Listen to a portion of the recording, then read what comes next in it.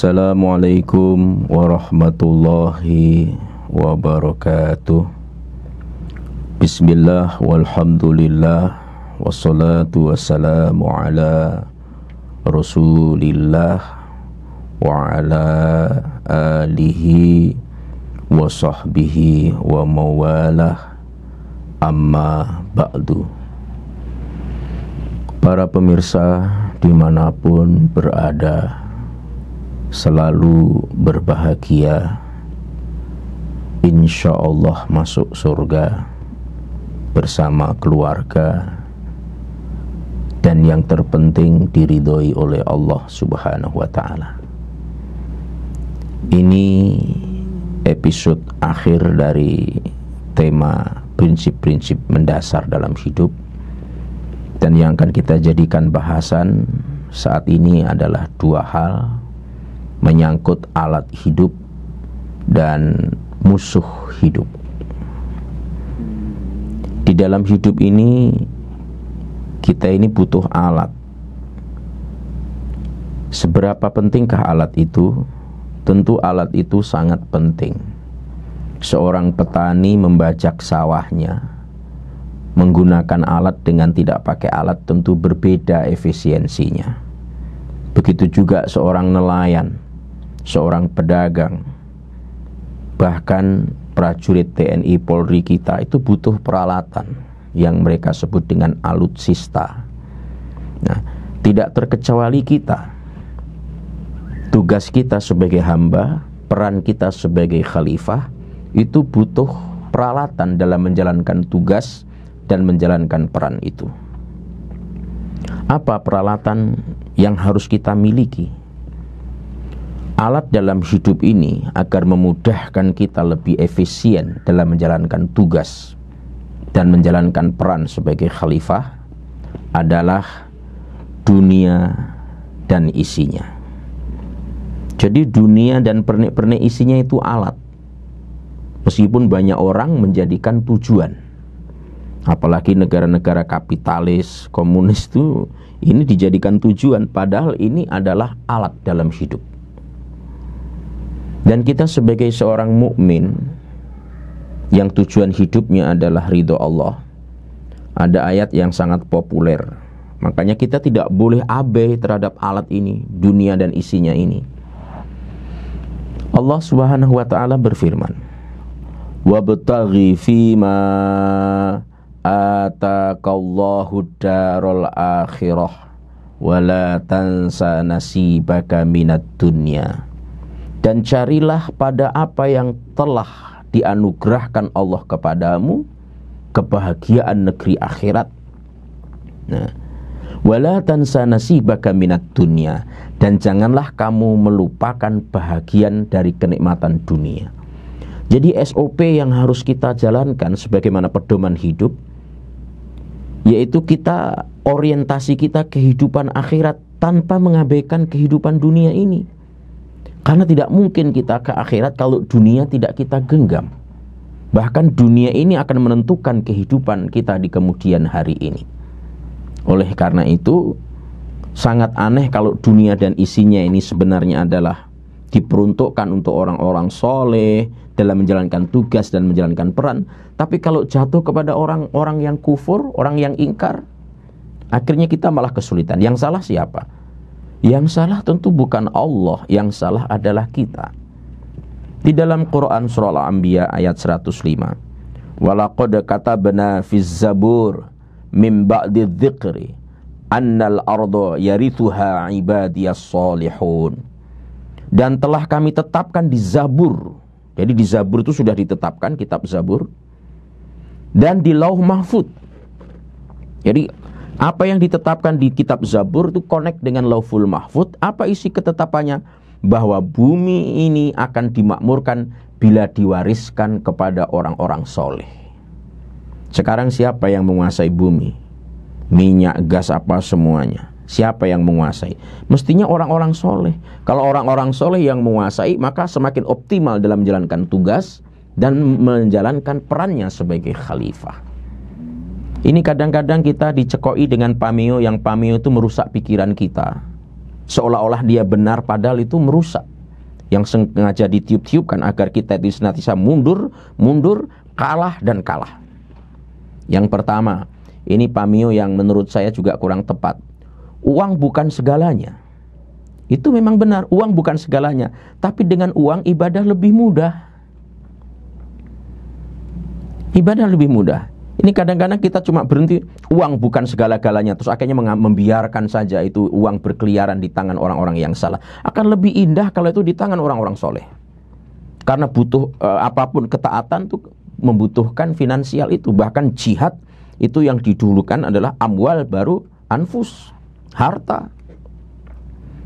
Dari rukun Islam yang 5 saja, syahadat, sholat, zakat, puasa, haji, itu yang tidak butuh finansial itu cuma 1, syahadat.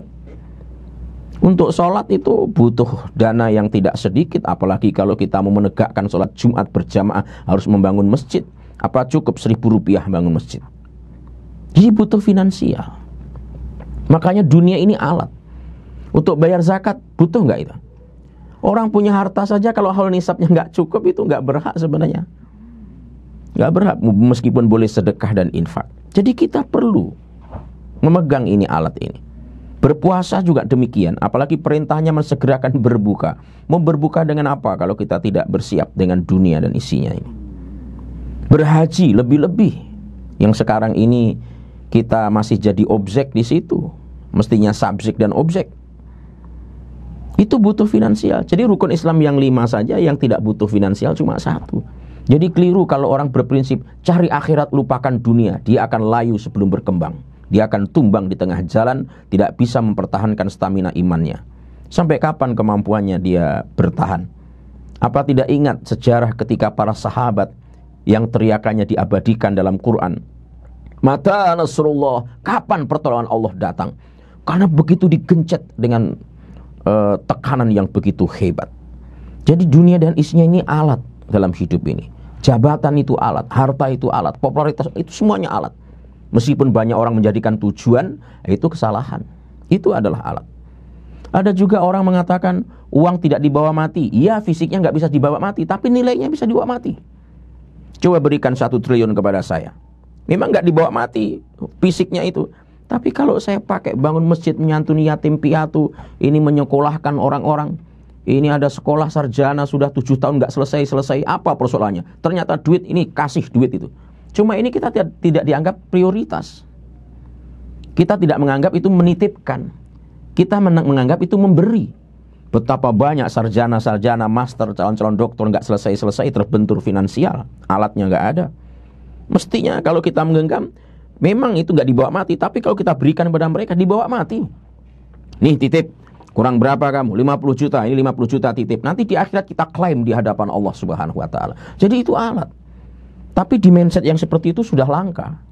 Karena orang kalau sudah punya harta, pemenuhan kebutuhan sekundernya yang diperbesar. Padahal primernya sudah, sekundernya sudah, ini tersiernya diperbesar. Padahal yang lebih primer itu membantu yang lain-lainnya itu. Itu prinsip. Dan itu tidak memberi, tetapi menyimpan sementara. Nanti di akhirat akan kita klaim. Uang tidak dibawa mati, betul fisiknya, tapi nilainya bisa dibawa mati kalau dipakai di jalan yang benar. Ada juga pameo, orang yang lagi jatuh cinta, bang, aku mencintaimu bukan karena uang, tapi aku mencintaimu karena dirimu. Iya, tapi orang mencintai kalau ada uang tuh lebih efisien. Jadi ini kadang-kadang pameo-pameo yang membelenggu pikiran kita, menganggap itu tidak penting sehingga semangat kita menjadi menurun. Biar miskin di dunia asal di akhirat. Akan lebih indah kalau kaya di dunia dan kaya di akhirat. Jadi jangan mau dicekoki dengan pameo-pameo yang merusak, membelenggu pemikiran kita. Jadi dunia dan isinya, apapun bentuknya, baik itu jabatan, popularitas, itu alat. Karena banyak orang tertumbuk jadi jabatannya, jadi tujuan, akhirnya jadi terjerembab di lembah nista. Itu alat untuk hidup. Alat untuk mencapai kehidupan akhirat. Lalu yang terakhir yang akan jadi bahasan kita, yaitu musuh hidup. Karena di dalam hidup ini kita memiliki musuh. Siapakah musuh kita? Dari petunjuk hidup kita, yaitu Al-Quran, kita dapat mengetahui dengan pasti dan akurasinya tidak diragukan, yang menjadi musuh kita dalam hidup ini adalah syaitan. Jadi syaitan itu musuh kita. Musuh kita itu adalah syaitan. Musuh kita itu bukan Amerika, bukan Syiah, bukan apalagi komunis. Kita benci komunisnya, tapi harusnya kita ini filtrasi dakwah, kita dakwahi mereka supaya mereka kembali kepada fitrahnya, kepada Islam. Benci perilakunya, jangan dibenci orangnya. Karena boleh jadi dari tulang sulbinya akan lahir orang-orang yang lebih soleh daripada kita. Dan bahkan boleh jadi dia memberi syafaat untuk kita di akhirat. Itulah perlunya rendah hati. Selama ini kita di Indonesia juga demikian, memaki-maki anak PKI tanpa kita pernah memikirkan. Kita mendakwahi mereka agar sadar. Akhirnya mengkristal kebencian anak-anak PKI kepada kita, karena kita nggak mendakwahi mereka karena ketidaktahuannya. Padahal tidak sedikit, alhamdulillah, mereka yang sudah kembali kepada Islam, menjadi militan. Meskipun dia sadar secara biologis dianggap sebagai anak PKI, meskipun itu sebenarnya cap nggak boleh sebenarnya. Yang melakukan itu orang tuanya. Nah, terus akhirnya masih dipojok-pojokkan oleh kita dan kita tidak merangkulnya. Dia sudah Islamnya dalam baik, akhirnya terkucil. Itu kesalahan ada di kita. Jadi musuh kita itu adalah setan. Setan itu musuh yang paling nyata bagi kita. Meskipun setan itu menjelma, ya nanti kita lihat setan itu siapa. Karena kadang-kadang setan itu juga ada pada diri manusia itu sendiri. Tapi tetap setannya itu yang kita musuhi, bukan oknum manusianya. Ya. Di dalam Quran Allah sudah nyata menyampaikan kepada kita, ya ayyuhalladzina amanu dkhulu fis-silmi kaffah wa la tattabi'u khutuwatis syaitan innahu lakum aduwwum mubin. Hai orang-orang yang beriman, masuklah kamu ke dalam Islam secara total dan jangan kamu mengikuti jejak-jejak setan. Innahu lakum aduwwum mubin. Sesungguhnya setan itu musuh yang nyata bagi kita. Jadi musuh kita itu setan. Musuh nyata kita itu setan. Kalau kita bertengkar suami istri, jangan dibenci istri kita, bencilah perilakunya. Luruskan kalau kita bisa. Lebih baik lagi kalau Anda bisa bersabar. Begitu juga suami istri kepada suaminya dan sebaliknya. Jadi musuh yang paling jelas dan nyata dalam hidup kita itu adalah setan. Ia adalah musuh yang dinyatakan oleh pedoman hidup kita, yaitu Al-Quran. Yang lain itu musuh tidak jelas. Umar bin Khattab itu musuh Islam awalnya, terus akhirnya jadi pembela Islam. Khalid bin Walid juga demikian. Wahsi itu malah membunuh paman Rasulullah Hamzah. Gak menyangka akhirnya masuk Islam. Begitu juga Abu Sufyan, Hindun yang mengunyah-ngunyah. Jadi hal-hal yang seperti ini kita tidak bisa nafikan kisah-kisah seperti ini. Makanya kita berlatih membenci sifat perilakunya, bukan membenci orangnya. Siapa tahu suatu saat dia dapat hidayah dari Allah Subhanahu wa ta'ala. Nah, lalu muncul pertanyaan, siapa setan itu? Setan itu adalah sifat yang bisa dimiliki oleh bangsa jin, juga bisa dimiliki oleh bangsa manusia. Sehingga di dalam Quran dinyatakan, wa kadzalika ja'alna likulli nabiyyin aduwa syayatinal ins wal jin. Dan demikianlah kami jadikan tiap-tiap nabi itu musuh, yaitu setan-setan dari jenis ins manusia dan setan-setan dari jenis jin. Berarti setan itu ada jenis jin, ada jenis manusia. Ciri-cirinya apa? Ya, kalau ada orang menghalang-halangi dakwah, menyukai kemaksiatan, membenci kebaikan, maka itu setan. Kalau itu yang melakukan adalah, contohnya, saya mau pergi sholat berjamaah, ada bisikan, gak usah, kamu capek, gak usah, untuk apa, jauh-jauh membuang-buang waktu, itu berarti setannya dari jenis jin. Tapi kalau saya mau ke masjid, mau berdakwah, dihalangi, gak usah, ini ada acara kapurung, kita makan kapurung lebih enak daripada pergi ke sana. Itu makanya setan dari jenis manusia. Kenapa? Kelihatan. Jadi setan itu bisa dari jenis jin, setan juga bisa dari jenis manusia. Makanya di ayat yang terpendek yang kita juga sering baca, minal jinnati wan nas, dari golongan jin dan dari golongan manusia. Kalau ada bisikan-bisikan yang kita dengar, yang menghalang-halangi kita agar kita malas, tidak mau melakukan kebaikan, maka kita diajarkan doa di Quran surah Al-Mu'minun ayat 97-98. Doanya pendek. Rabbi a'udzubika min hamazatis syayatin wa a'udzubika rabbi ayyahdurun. Ya Tuhanku, aku berlindung kepada Engkau dari bisikan-bisikan setan, dan aku berlindung pula kepada Engkau ya Tuhanku dari kedatangan mereka. Nah, ini kita berdoa seperti itu. Jadi atau dibacakan ayatul kursi, itu setan dari jenis jin kabur itu. Tapi kalau yang datang setan dari jenis manusia, dibacakan ayatul kursi, malah kursinya dijual. Nah, jadi setan jenis manusia lebih berbahaya rupa-rupanya daripada jenis jin. Jadi inilah musuh hidup kita, yaitu setan. Mari kita simpulkan seluruh kajian kita dari 4 episode ini. Yang pertama adalah tujuan hidup kita adalah ridho Allah.